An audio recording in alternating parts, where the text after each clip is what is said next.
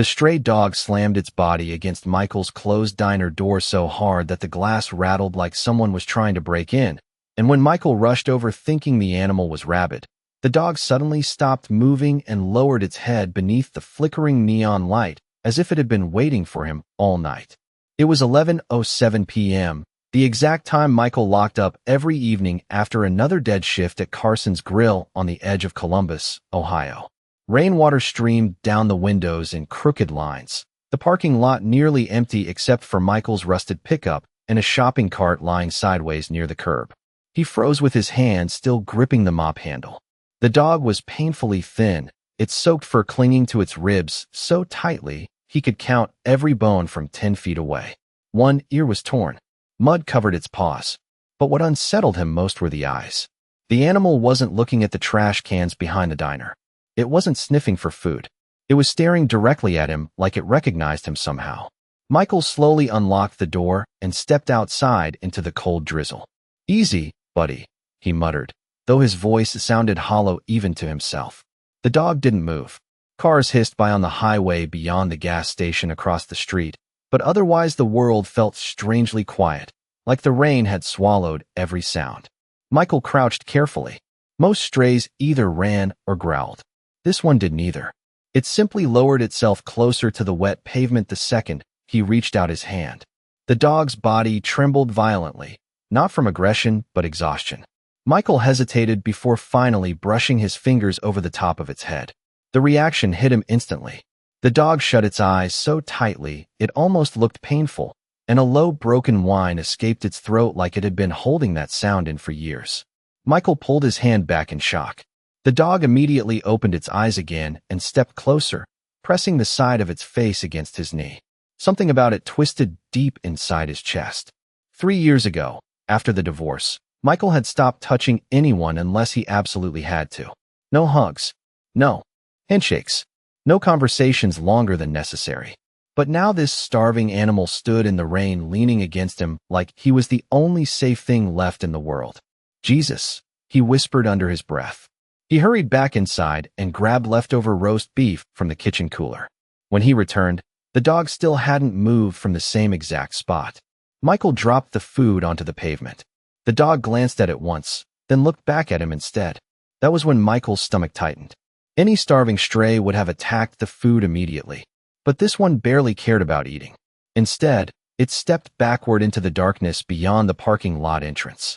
Then it stopped, watching him, waiting. Michael frowned. "What are you doing?"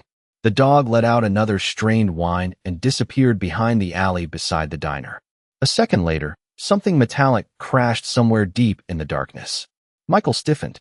Then the dog reappeared just long enough for him to see its terrified eyes locked onto his again before it vanished back into the alley like it desperately needed him to follow.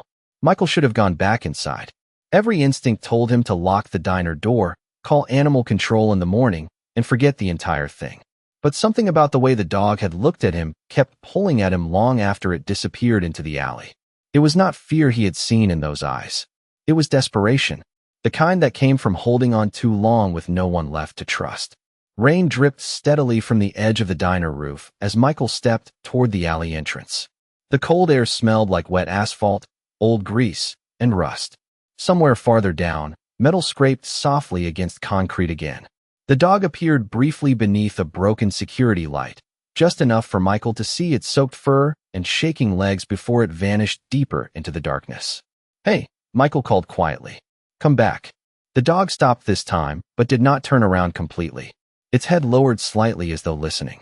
Michael noticed how uneven its breathing sounded now, slow and strained between each movement. The animal looked exhausted beyond hunger alone.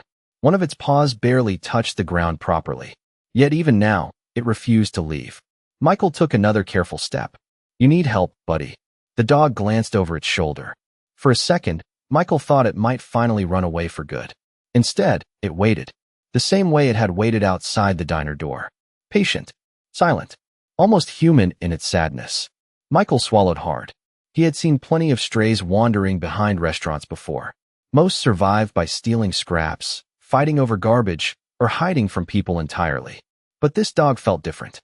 It did not act wild. It acted heartbroken. The farther Michael walked into the alley, the quieter the city seemed to become. Neon reflections shimmered across puddles near overflowing dumpsters. Somewhere in the distance, a train horn echoed through the rain. The dog slowly moved ahead again, limping now badly enough that Michael finally realized the dark stains on its fur were not mud alone. "Damn," he whispered. His chest tightened unexpectedly. The dog could barely stand, yet it kept looking back to make sure he was still following, as if whatever waited ahead mattered more to it than its own pain. Michael suddenly remembered something his father used to say when he was young. Broken animals always hide when they are dying. But this one was doing the opposite. It was searching for someone. The thought unsettled him deeply. The dog eventually stopped beside an abandoned loading dock behind an old appliance warehouse. Half the windows were boarded shut, and weeds pushed through cracks in the pavement. Michael frowned. Nobody had used this building in years. Rain tapped softly against bent metal siding while the dog lowered itself near the loading ramp, breathing heavily now. Michael crouched a few feet away. Up close, the animal looked even worse than before. Its ribs showed sharply beneath tangled fur. A faded blue collar hung loosely around its neck, nearly hidden beneath grime and rainwater. Michael slowly reached into his pocket and pulled out another slice of roast beef wrapped in diner paper. This time the dog sniffed it weakly before finally taking a small bite. But even while chewing, its eyes never left the warehouse door behind Michael. That was when Michael noticed something strange. The dog was not eating like it was starving. It was eating like it was forcing itself to stay awake. Then the animal suddenly let out a low whine and pressed one muddy paw against the bottom of the warehouse door just as a faint sound came from inside the dark building. A sound so weak Michael almost thought he imagined it. Someone coughing. Michael stayed frozen beside the warehouse door, straining to hear the coughing sound again through the rain. For several seconds, there was nothing except dripping water and the distant hum of traffic from the highway. Then the stray dog suddenly lurched forward and began scraping frantically at the rusted metal door with both front paws. The sound was awful, sharp claws grinding against steel over and over until sparks briefly flickered beneath the broken loading light. "Hey, stop," Michael said quickly, startled by the sudden burst of energy from an animal that moments ago could barely stand. But the dog ignored him completely. It clawed harder, whining deep in its throat now, almost panicked. Michael stepped closer, unease crawling up his spine. The warehouse had been abandoned for years. Teenagers sometimes wandered through the area, but nobody stayed here overnight. At least that was what everyone around the diner believed. The dog suddenly stopped scratching and pressed its entire body flat against the bottom crack beneath the door. Its nose pushed desperately into the narrow opening as it released short, frantic breaths into the darkness inside. Then came the coughing sound again, louder this time. Human. Michael's pulse quickened instantly. "Hello," he called toward the door. No answer came back.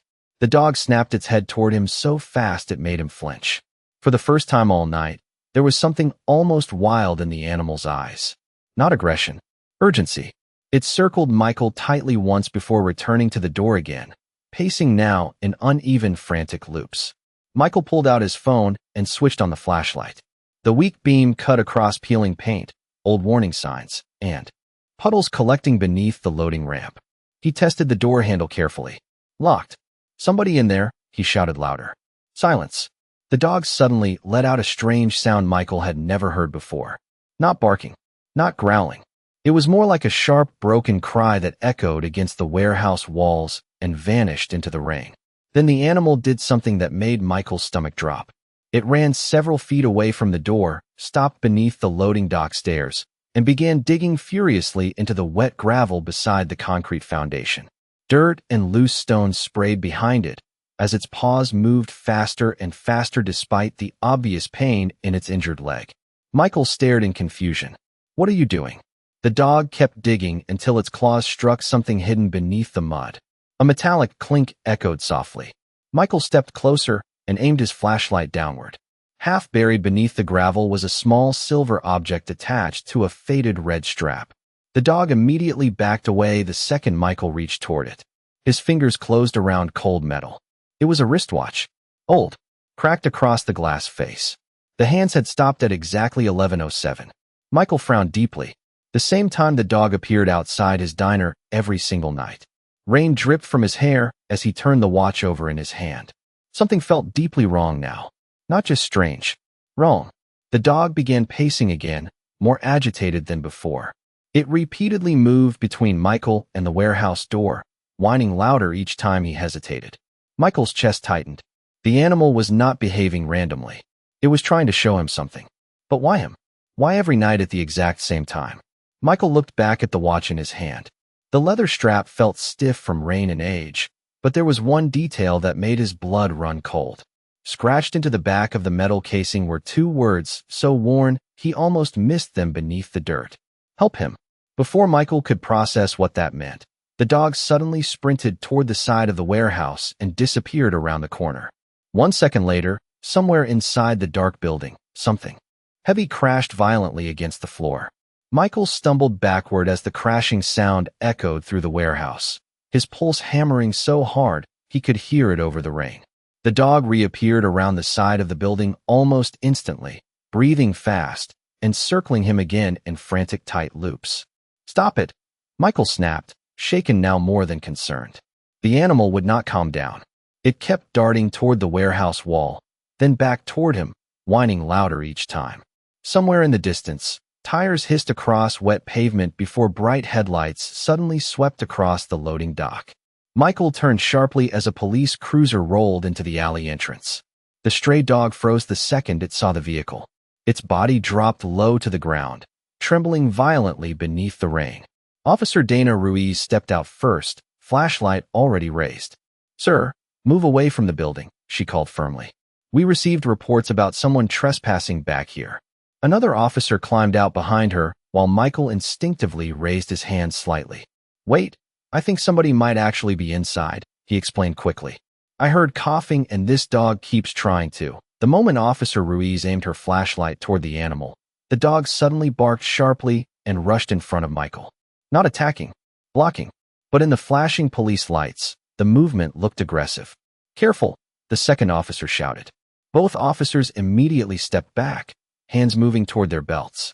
The dog planted itself between Michael and the warehouse, teeth bared now for the first time all night. Michael stared in disbelief. No, it is not trying to hurt anyone," he insisted. But the dog only made things worse. It began pacing rapidly in front of the officers, barking each time they moved closer to the loading dock door. Officer Ruiz frowned hard. "Sir, you need to step away from the animal right now." Michael hesitated. The dog instantly turned toward him, whining desperately again as if begging him not to leave. Rainwater dripped from its fur, while its injured leg shook so badly it nearly collapsed. Yet it still refused to move. Away from the warehouse entrance, the officers exchanged uneasy looks. "This dog is guarding something," one muttered. "Or someone," the other replied quietly. Michael looked back at the cracked watch still clutched in his hand. "Help him." His stomach twisted painfully. "Please," he said. "Something is wrong here." Officer Ruiz took a careful step closer to the dog. "Animal control is already on the way. We are handling this." The instant she approached the loading dock, the dog lunged sideways with a terrified bark and grabbed the bottom of her rain jacket sleeve. Not biting, pulling. Officer Ruiz gasped and jerked backward immediately. "That is enough." Her voice hardened instantly. The second officer pulled out a control pole from the cruiser trunk, while Michael's chest tightened with panic. "Wait, do not do that," he protested. "It is scared." But the situation was already spiraling. The dog backed against the warehouse door again, standing protectively in front of it despite barely being able to stay upright. To the officers, it no longer looked frightened. It looked unstable, dangerous. Michael watched helplessly as the animal's breathing became faster and more frantic under the flashing red and blue lights. Every time the officers moved closer, the dog barked louder, scraping desperately at the metal door behind it. Officer Ruiz shook her head slowly. "Whatever is in there can wait until this animal is secured." Michael felt a wave of guilt hit him instantly. The dog had trusted him, followed him, begged him for help. And now, because he had called attention to it, strangers were treating it like a threat. The animal suddenly turned toward Michael one last time. Its eyes looked terrified now, almost pleading. Then it lowered itself in front of the warehouse door as the animal control van pulled into the alley behind the police cruiser and two workers stepped out carrying catch poles and a metal transport cage. The stray dog did not run when the animal control workers approached with the metal catch poles. That was the first thing Officer Ruiz noticed that felt wrong. Most frightened strays either bolted or lashed out once cornered. This animal did neither. It simply stayed pressed against the warehouse door, trembling so hard its paws slipped across the wet concrete.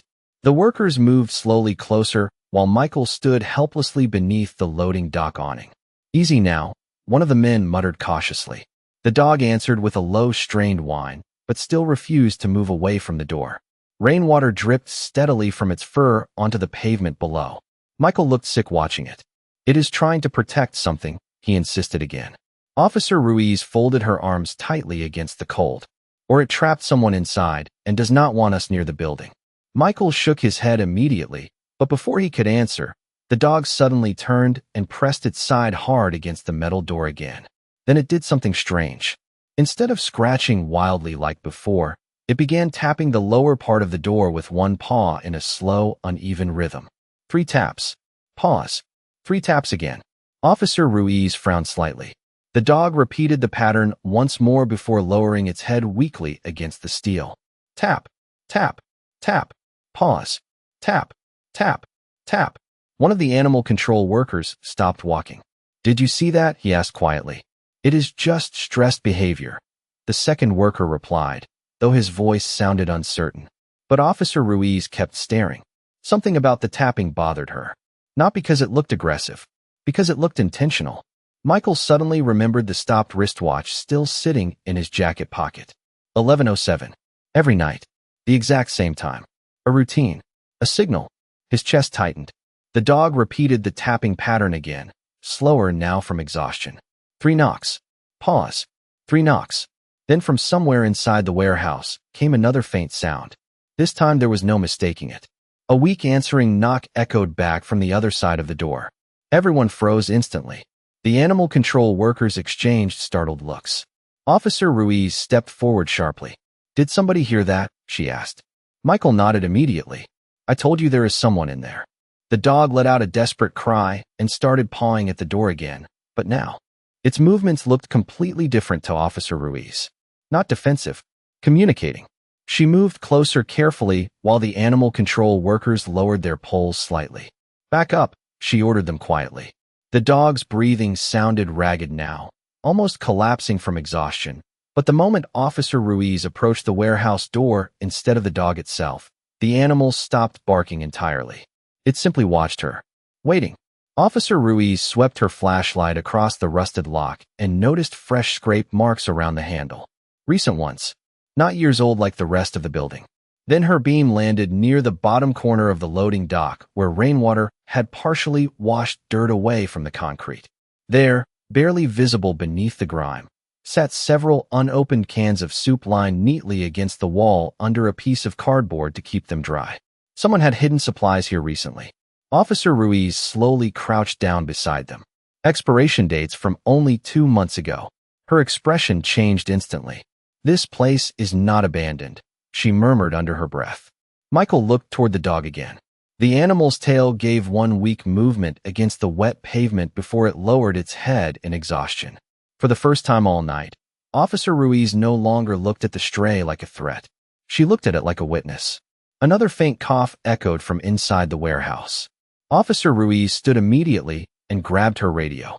"Dispatch, I need medical support and building access units at Carson Industrial Warehouse right now," she said firmly. Then she turned toward the second officer. "We are getting that door open."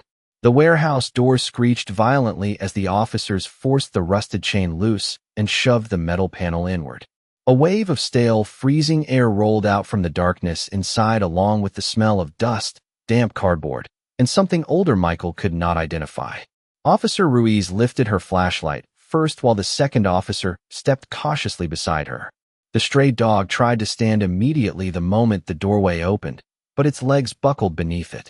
Even exhausted, it still dragged itself toward the entrance, whining desperately now.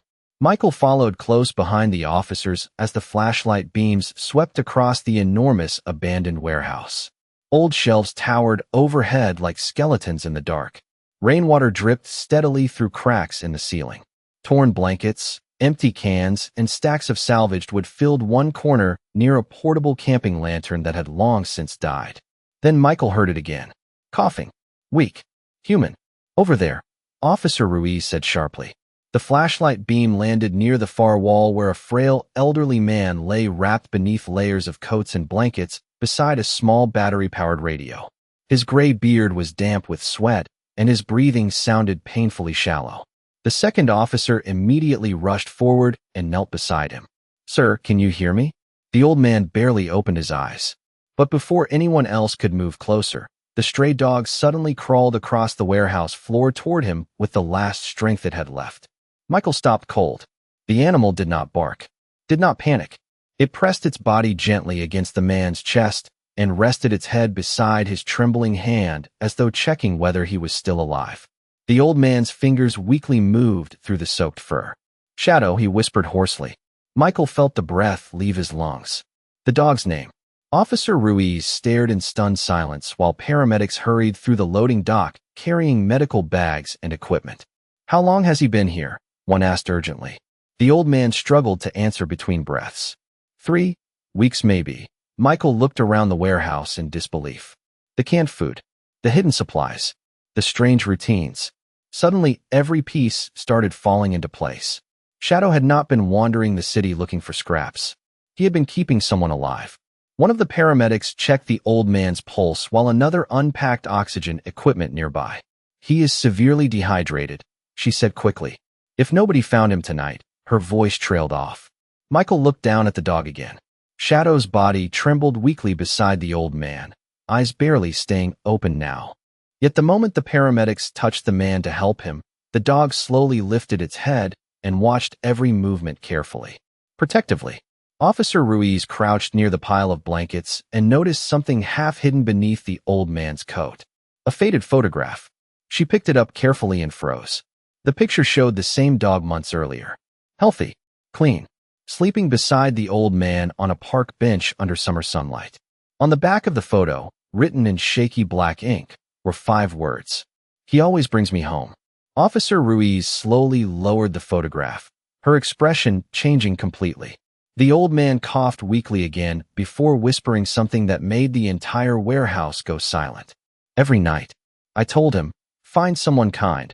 Michael's chest tightened painfully. 11:07. The tapping. The waiting outside the diner. The dog had never been searching for food. Shadow had been searching for a human he believed safe enough to trust with the life of the only person he had left. Michael stared at the exhausted animal lying beside the stretcher while rain echoed softly through the broken roof above them. Just minutes earlier, they had almost dragged the dog away in a cage. Officer Ruiz looked at Shadow again, then at the catch poles still lying abandoned near the warehouse entrance. Her face drained of color as the full truth finally hit her. The stray dog everyone thought was dangerous had spent night after night trying to save a dying man while the entire city kept turning him away. The warehouse no longer felt cold after the truth came out. It felt heavy. Heavy with the sound of rain dripping through the broken ceiling. Heavy with the guilt hanging silently in the air. And heavy with the sight of the exhausted stray dog still lying protectively beside the stretcher even as paramedics worked around him. Shadow could barely keep his eyes open now. Every breath sounded shallow and strained, yet each time the old man coughed or shifted weakly beneath the blankets, the dog lifted his head immediately as if checking whether he was still there. Michael stood motionless near the loading dock entrance, unable to stop replaying every moment from earlier that night inside his head. The scratching at the door, the pacing, the barking, the desperate pulling at Officer Ruiz's sleeve. None of it had been aggression. Shadow had been trying to guide them the entire time while they treated him like a threat. Michael looked down at the muddy paw prints surrounding the warehouse entrance and suddenly realized something that made his throat tighten painfully. The dog had been running back and forth between the diner and this building for days, maybe weeks, through rain, through hunger, through injury. Every night at exactly 11:07, searching for someone who might finally listen. And somehow, after all that fear and rejection, the animal had still chosen to trust him. One of the paramedics carefully adjusted the oxygen mask over the old man's face, while another checked Shadow from a distance. This dog needs treatment too, she said quietly. He is severely malnourished and dehydrated. Shadow weakly lifted his head toward the stretcher the second she stepped closer. Even now, his concern was not for himself. Officer Ruiz slowly removed her gloves and crouched beside him. Her expression had changed completely from earlier. There was no suspicion left in her face now, only regret. "Hey there," she whispered softly. Shadow looked at her for a moment, but did not move away. Rainwater still clung to his tangled fur, while his injured leg trembled beneath him. Officer Ruiz swallowed hard before carefully reaching toward the faded blue collar around his neck. Earlier, she had seen only a dirty stray. Now her hands shook slightly, touching the collar of an animal that had probably saved a man's life. Tucked beneath the wet fabric was a tiny folded piece of paper protected inside cracked plastic. Officer Ruiz carefully slid it free and unfolded it with trembling fingers. The handwriting inside was shaky and faded from moisture. "If anything happens to me, please be kind to my dog. His name is Shadow. He is all I have left."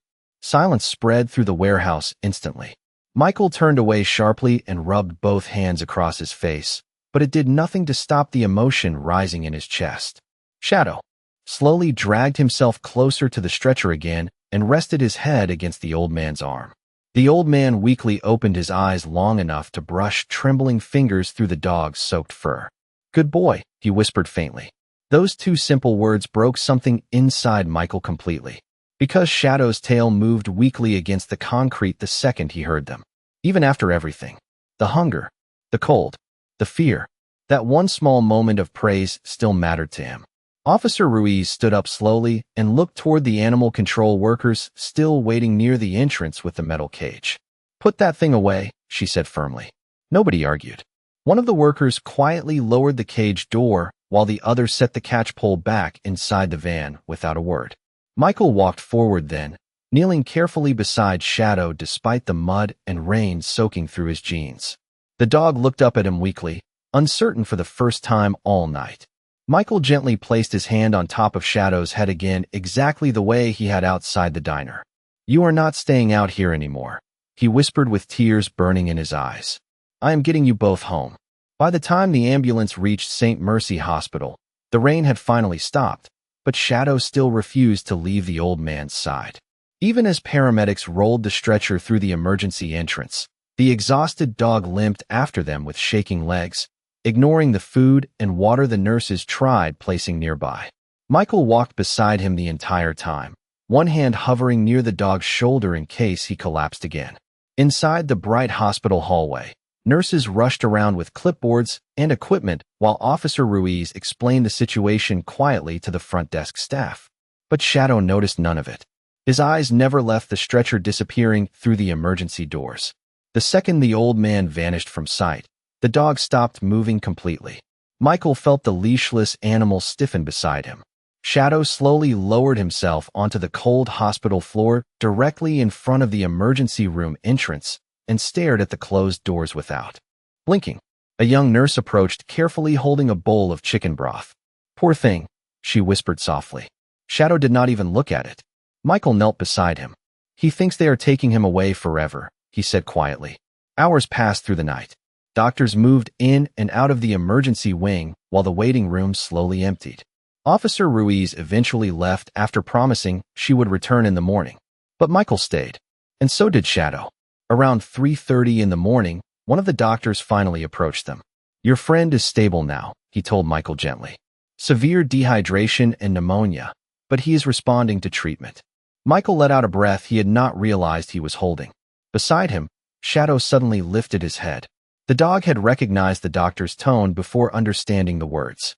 His tail gave one weak movement against the tile floor. Then something unexpected happened.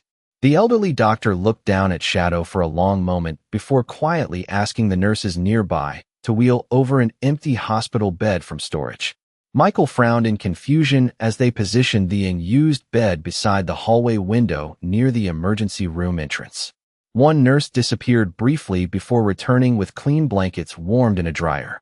Another brought fresh water and carefully shredded chicken from the staff cafeteria.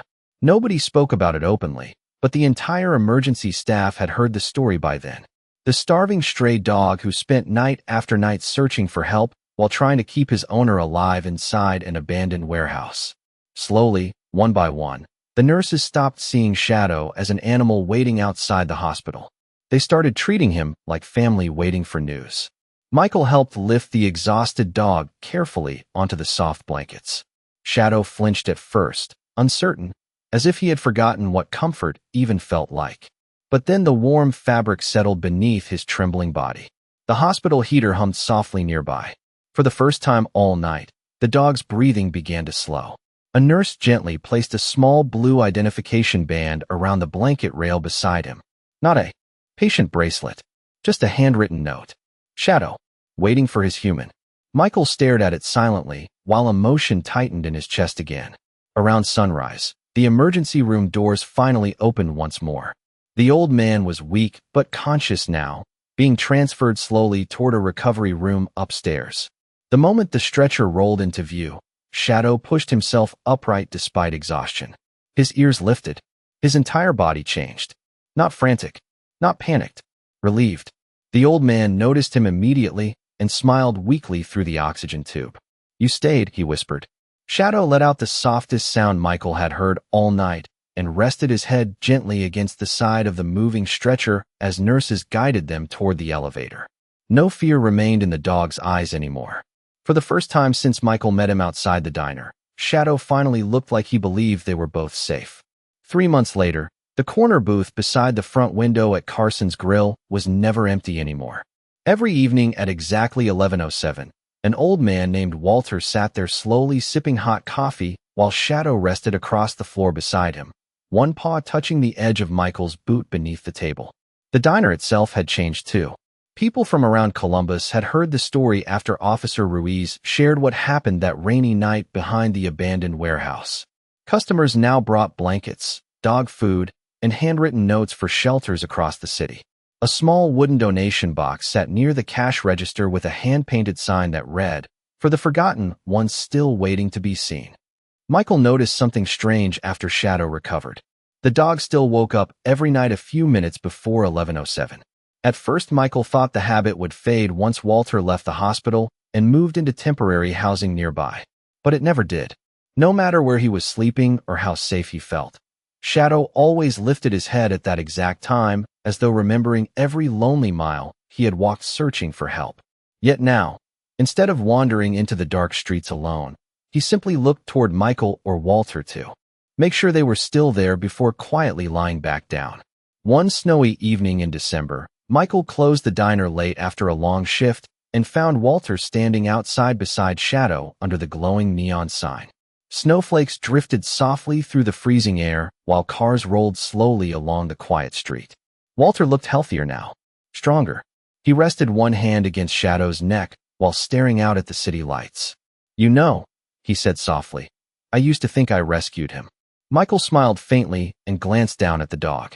Shadow's muzzle had started turning gray around the edges, but his eyes looked calmer now than they ever had inside that warehouse. Walter shook his head slowly.